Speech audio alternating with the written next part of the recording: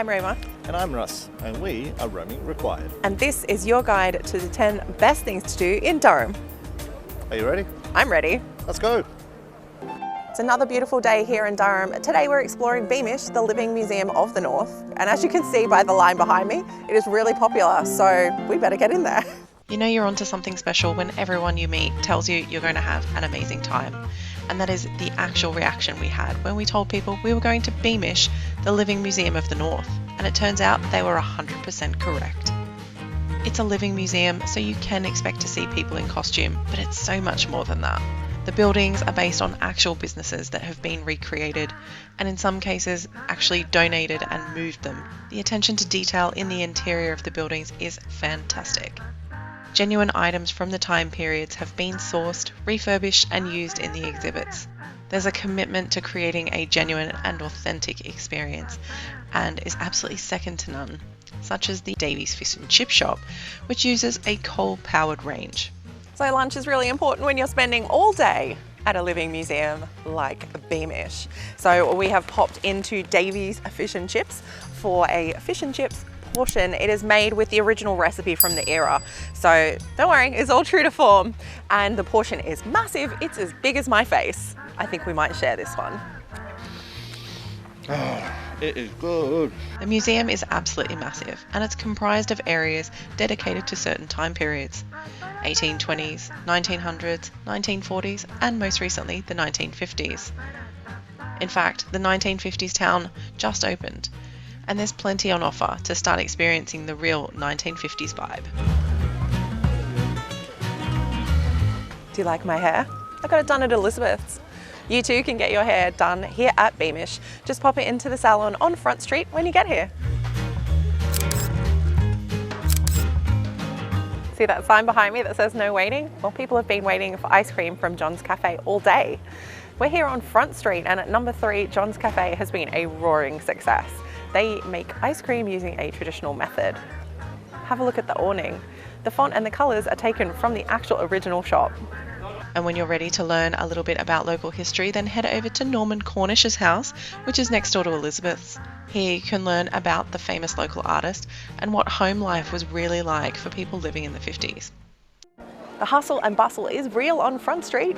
It's thriving, with lots of people exploring some of the new additions in the 1950s town. We were going to pop into Middleton's Fish and Chips for a quick bite, but they're currently closed, but they may be open for your visit. Don't forget that the tickets for Beamish are valid for an entire year, so you can pop back on another day. In addition to the 1950s town, make sure you head over to the newly opened Spain's Field Farm to experience firsthand what farm life was like in the 50s. Once you've finished your day at the Beamish Museum, you're going to be in need of a good meal and a place to sit down. I think of no better place to get an excellent meal than South Causey Inn. You can expect a very warm welcome and good food at a reasonable price. If you need another reason to go, they are also very dog friendly. When I asked our server, Reese, what to order when we are here and to tell me what's popular, he said mince and dumplings is where it's at. And so I've ordered a small portion because we've ordered a few other things. And this is what's come out. So we've got mash, we've got some veg, mint sauce here, but it's essentially like a beef mince with a suet sort of sauce and a dumpling. Not really sure what to expect, but I think we should dig in anyway and find out. Really hope I don't wear this.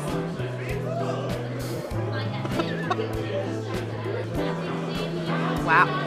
Okay, so that tastes like an Aussie meat pie. So let's try this dumpling. I'm not sure how this works, but... All right, this is not date night food, okay? Okay. That dumpling is really, really dense. When it's a little bit harder, that's the kind of dumpling it is, which is great because it's going to mop up all that sauce and all of that liquid, and it's going to break it down a little bit. Perfect.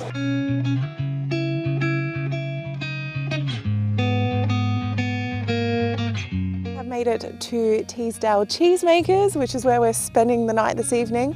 Glamping. Exciting. We have arrived at our little shepherd's hut by wheelbarrow. Let's go in and take a bit of a look. Outside we have 2 little sun chairs and a beautiful view of the valley. gas stove.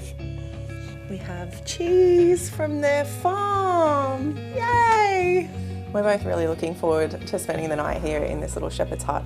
It is definitely my style of glamping, with an ensuite and heating and a roof and windows. It's a little home away from home.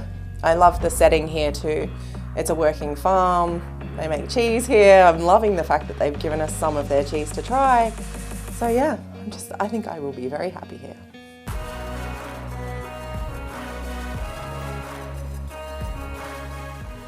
Depending on the day of your visit, there are a few activities you can do at Teesdale, such as feeding Wallace the goat, who is very curious, or feeding the pigs.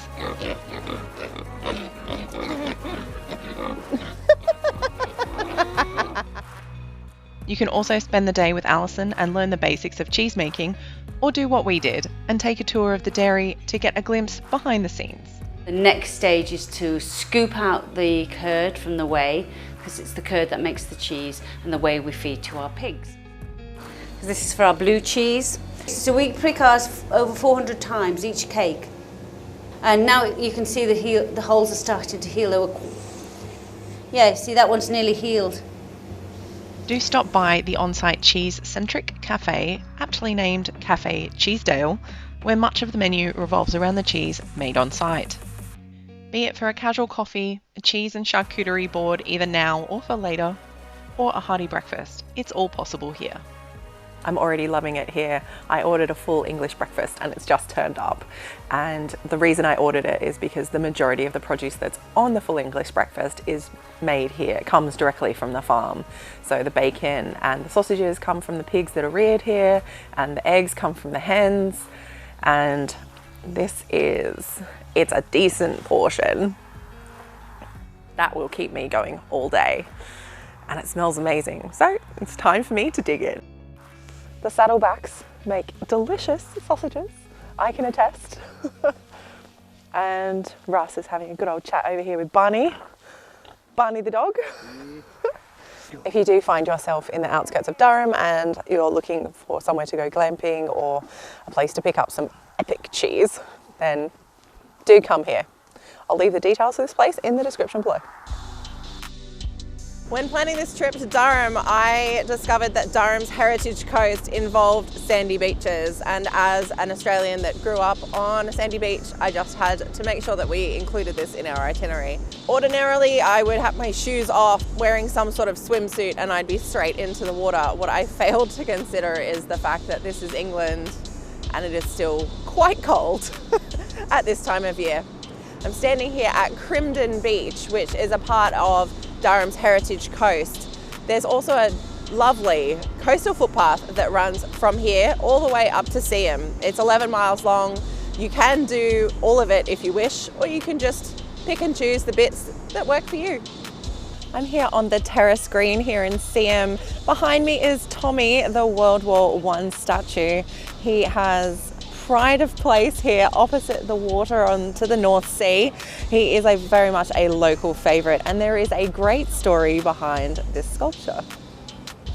Named for the minute following the 1918 armistice at 11 a.m, Tommy conveys a multitude of emotions to the viewer, so it's little wonder that Sky Arts recently crowned Tommy the UK's best piece of outdoor art. This morning I'm coming to you from Seaham Marina. You can probably see from the waves crashing behind me that we have got ourselves a table outside. Today we're having breakfast at the Flamingo Cafe. This place is popular, so we have managed to get a table early in the morning for some breakfast. The menu consists of breakfast bowls, hot options, smoothies, coffees, that kind of thing.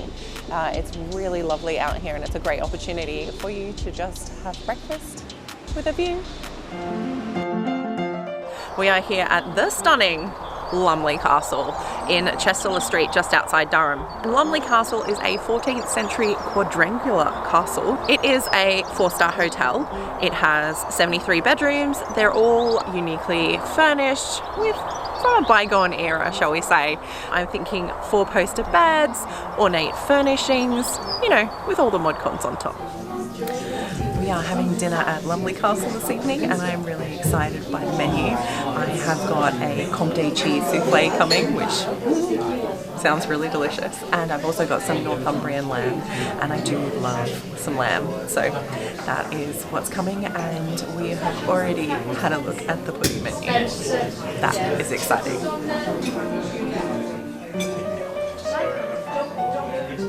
It's really soft, really tender, great flavour. Pretty happy. So for pudding, they have a really interesting menu, but the staff have recommended the cheesecake and said it comes out as a bit of a surprise. So it's an apple cheesecake, which I've never had before, so I'm kind of intrigued. An apple cheesecake with apple compote and a tonka bean soil. And it's so impressive. I'm really looking forward to this. Going for my ever faithful cheese board. Bliss. It comes with fresh honeycomb, celery sticks, grapes, some onion chutney, some crackers, and 5 different types of cheese. This is Ushaw Historic House and Gardens. It originally started its life as a seminary for training priests. 300 years on, today we're going to be exploring the historic house, the chapels and the gardens, and see what it looks like today. Ushaw is home to centuries of history, but on the flip side, it's also a contemporary hub for various art installations, exhibitions and events. It really is where the past and the present come together.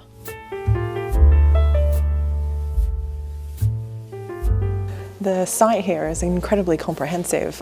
We've stumbled on about 6 chapels so far. We've got St Cuthbert's here behind me, there's a ladies' chapel, there's 2 memorial chapels over here to fallen soldiers, and they were members of the clergy that were here and then served and then died in war or battle. So this place just keeps going on and on and on. I feel like we could be here all day.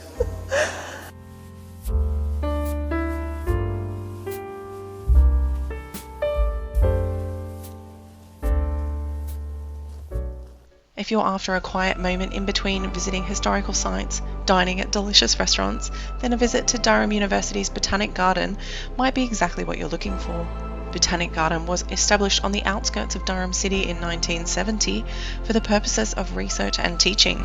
It originally attracted 6,000 visitors a year, but today that number has grown to over 80,000.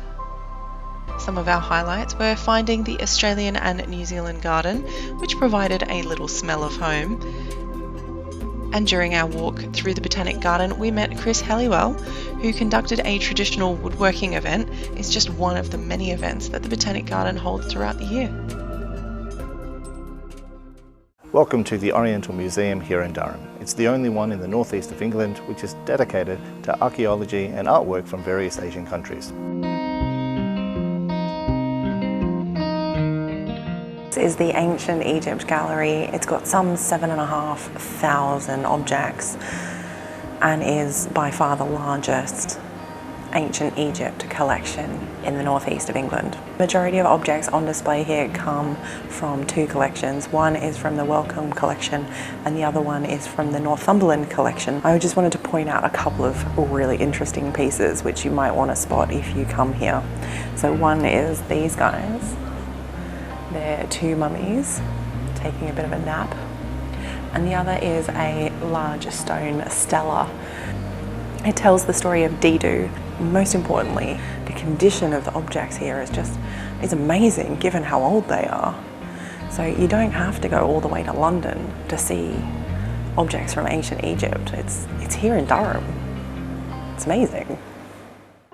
Let's round out our list of the best things to do in Durham with, of course, Durham Cathedral and Durham Castle. The cathedral dates back over 900 years and is one of the finest examples of Norman architecture in the world. Once you're inside, be sure to look up and see the stone vaulted ceiling. It's the first of its kind.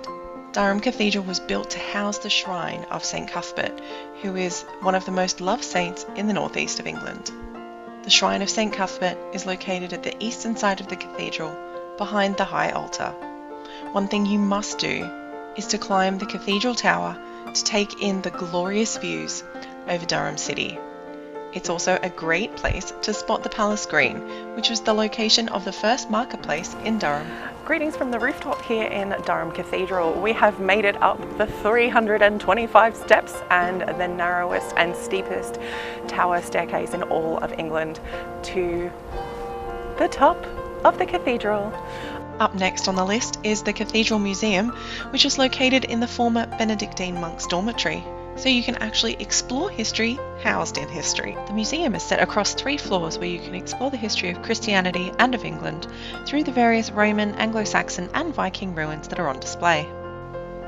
In the next room, the museum's latest exhibition is dedicated to Queen Elizabeth II's Platinum Jubilee and the monarch's changing relationship with Durham. The final section of the museum, in the heart of the cathedral, in the Great Kitchen, is the treasures of St Cuthbert. His 7th century hand-carved coffin, his gold and garnet pectoral cross, and his ivory comb are some very special artefacts, so do make sure you add this to your itinerary. Up next is Durham Castle. Originally designed to protect the Prince Bishop of Durham from rebellions, today it's home to University College and the students who reside on site, which means the only way you can experience the castle is via a guided tour.